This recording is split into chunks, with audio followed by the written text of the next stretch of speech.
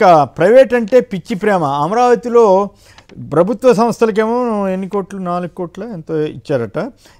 Private సంస్థలకు మాత్రం 4.1 కోటి అంట ప్రభుత్వ రంగ సంస్థలకి. ప్రైవేట్ సంస్థలకు మాత్రం 50 లక్షలకే ఇస్తున్నారట. మరి రహేజాకేమో విశాఖలో 99 పైసలకే 27 ఎకరాలు కేటాయించారంట. ఈ ప్రైవేటు పిచ్చి ఏంటండి విజయబాబు గారు? సరే, మెడికల్ కాలేజీల ఇష్యూ మనం మాట్లాడేసామనుకోండి.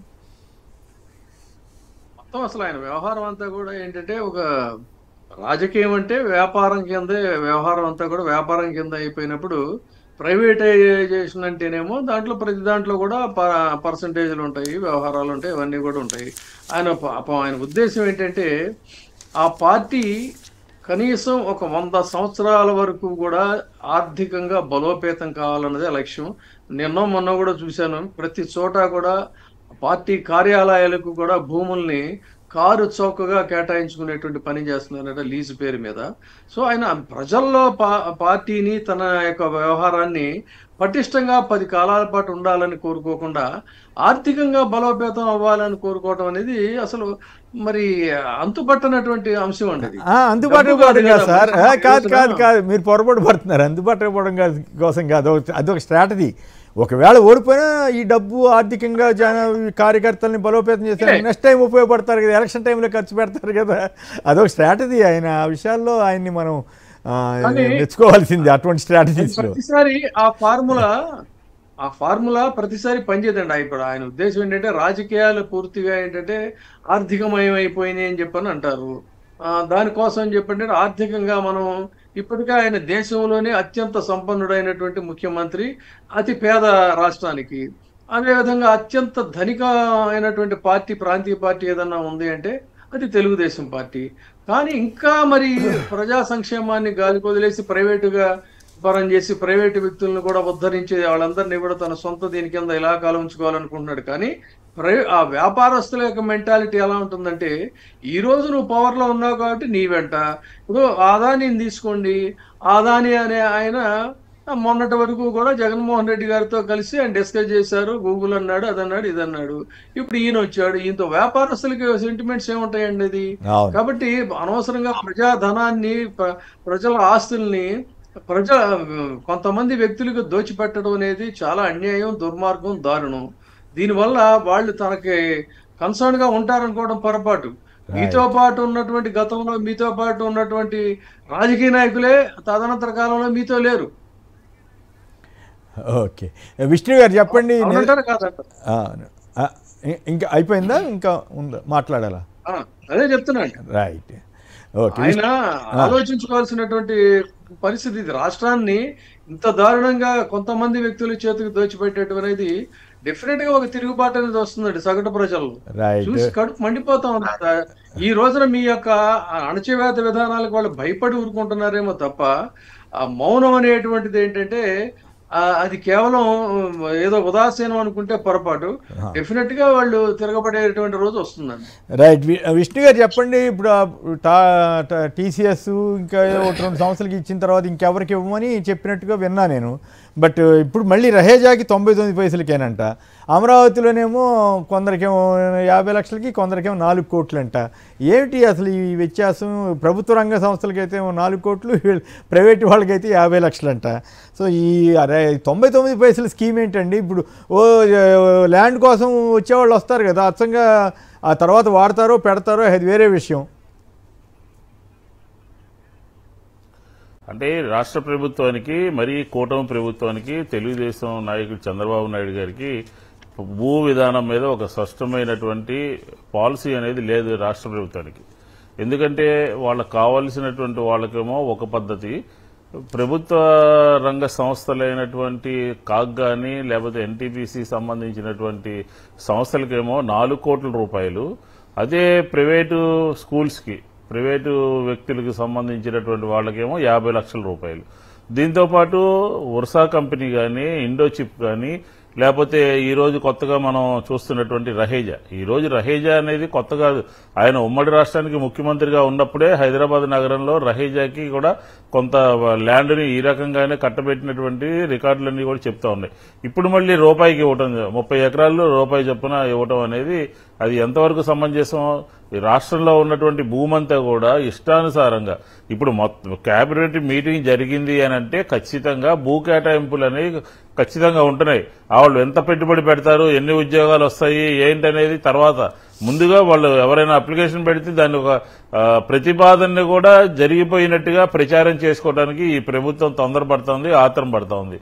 దీంతో పాటు ప్రైవేటు సంబంధించినటువంటి ఇండస్ట్రీల వాళ్ళందరూ కూడా చేతిలో ఉంటే ఇందాక విజయబాబు గారు చెప్పినట్టు డిస్కస్ చేసినట్టు అనేక రకాలైనటువంటి ఆర్థిక ప్రయోజనాలు ఉంటాయి. ఆ ఆర్థిక ప్రయోజనాలన్నింటినీ కూడా దృష్టిలో పెట్టుకుని ఈ రకమైనటువంటి నిర్ణయాలు జరుగుతున్నాయి అని చెప్పని స్పష్టంగా అర్థమవుతుంది.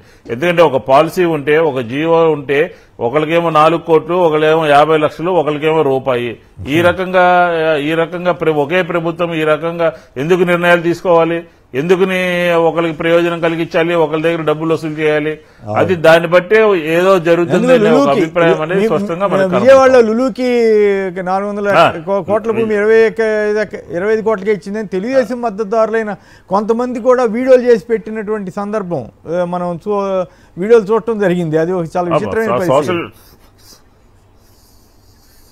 సోషల్ మీడియాలో తెలుగుదేశం వాళ్ళే తిడుతున్నారు. లూలుకి ఇచ్చిన దానికి లేకపోతే ఈ రకమైనటువంటి విధానాలకి ఒక పద్ధతి లేదని చెప్పి వాళ్లే విమర్శిస్తా ఉన్నారు. అయినప్పటికీ కూడా ప్రభుత్వం తన నిర్ణయాన్ని మార్చుకోవట్లేదు. ఎంపీలకి లేకపోతే మినిస్టర్లకి 100 ఎకరాలు ఇచ్చేసింది. విజయవాడ సంబంధించినటువంటి ఒక పార్లమెంట్ సభ్యుడికి, ఒక ఎంపీకి 30 ఎకరాలు, 100 ఎకరాలు, అట్లాగా లూలు కంపెనీకి విజయవాడలో, వైజాగ్ లో, అలాగే ఇండో చిప్ గానీ, లేకపోతే ఉర్సా గానీ, లేకపోతే ఈ రోజు వచ్చినటువంటి రహేజా గానీ, వీటన్నిటి కూడా ఇప్పటి ముప్పటిగా వాళ్ళు ప్రైవేటు వ్యక్తులకి దారాదత్తం చేస్తా ఉంది. అసలు దీని మీద ప్రభుత్వం ఒక వైట్ పేపర్ ప్రకటించాలి, ఎంతమందికి ఇచ్చారు ఈ ప్రభుత్వం వచ్చిన తర్వాత. కాబట్టి ఈ విధానం సరైనటువంటిది కాదు. ప్రైవేటు మీద ప్రేమ ఏంటో ప్రజలందరికీ కూడా క్లియర్ గా అర్థమవుతుంది. రైట్. దాంతోపాటు దీని గురించి కూడా సంక్షిప్తంగా మాట్లాడి, బాబు ప్రభుత్వం కట్టిన ఇళ్లకు జగన్ ప్రభుత్వం కట్టిన ఇళ్లకు బాబు కలరింగ్, పేదలందరికీ స్థలాలు ఇచ్చి ఇల్లు కట్టిస్తామని మేనిఫెస్టోలో హామీ, 17 నెలల్లో గజం స్థలం, ఒక్క ఇల్లు మంజూరు చేయని చంద్రబాబు.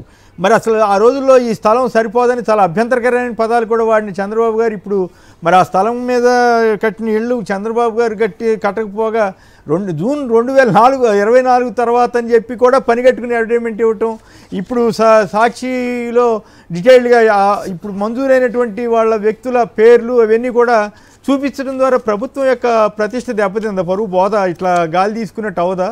ఈ రకంగా అన్నీ మేమే కట్టేసామని చెప్పేసుకోవటం ఉంటే కదా పోవటానికి. వాళ్ళు ఏం చెప్పారనంటే, మేము 70,000 ఎకరాలు ల్యాండ్ ఎక్విజిషన్ చేసి ఒక పాలసీ మ్యాటర్ తీసుకుని ఈ రాష్ట్రంలో ముఖ్యమంత్రిగా జగన్మోహన్ రెడ్డి గారు ఏ ప్రాంతానికి వెళ్లినా కూడా ఇల్లు లేదు అని చెప్పేటటువంటి వాళ్ళు ఉండకూడదు అని 70,000 ఎకరాలని సమీకరించడం జరిగింది, ల్యాండ్ ఎక్విజిషన్ చేయడం జరిగింది. నగరాల్లో ఒక రకంగా, పల్లెల్లో ఒక రకంగా ఇస్తే సెంటు కంపు అని చెప్పని మా మీద ఎన్ని మాటలు మాట్లాడారో, ఎంత గొడవ చేశారో. మేము చేసినటువంటి దాంట్లో అవినీతి జరిగిందన్నారు. 19 లక్షల ఇళ్లకి శంకుస్థాపన చేసి 9 లక్షల ఇళ్లు పూర్తి చేస్తే ఈ రోజు అవన్నీ కూడా తీసుకొచ్చి మళ్ళీ 23లో పొజిషన్ సర్టిఫికేట్ ఇచ్చినటువంటి వాళ్ళు. ఆ ఇళ్ల నిర్మాణంలో జగన్మోహన్ రెడ్డి గారి ఆలోచనని మెచ్చుకోవాలి చంద్రబాబు నాయుడు గారు. ఎందుకంటే ఆయన పదే చెప్తాడు, నేను కొనసాగించింది రాజశేఖర రెడ్డి గారు ముందుకు తీసుకెళ్లాడు, రాజశేఖర రెడ్డి గారిది కేసీఆర్ ముందుకు తీసుకెళ్లారు అని చెప్పని చెప్తారు కదా. ఈ 19 లక్షల ఇళ్ల నిర్మాణం ఎవరి హయాంలో జరిగింది? జగన్మోహన్ రెడ్డి గారు కాలనీలు నిర్మించారండి. 17,000 కాలనీలు నిర్మించి కొన్ని సగం పూర్తి చేసి గృహప్రవేశాలు చేయించి బస్సులు ఇచ్చి వాళ్ళ చేతిలో పట్టాలు పెట్టి రిజిస్ట్రేషన్ చేయించి వాళ్ళకి 2,60,000 2,70,000 దాకా డబ్బులు వచ్చే విధంగా కరెంటు, ఐరన్, ఇసుక, సిమెంటు సబ్సిడీల్లో కంపెనీలతో మాట్లాడి ఒక బృహత్తరమైనటువంటి కార్యక్రమం తీసుకుంటే ఈ నెల్లి కలగన్నాడంట 29 నాటికి ఆంధ్రప్రదేశ్ లో అందరికీ ఇల్లు ఇస్తామని చెప్పారు.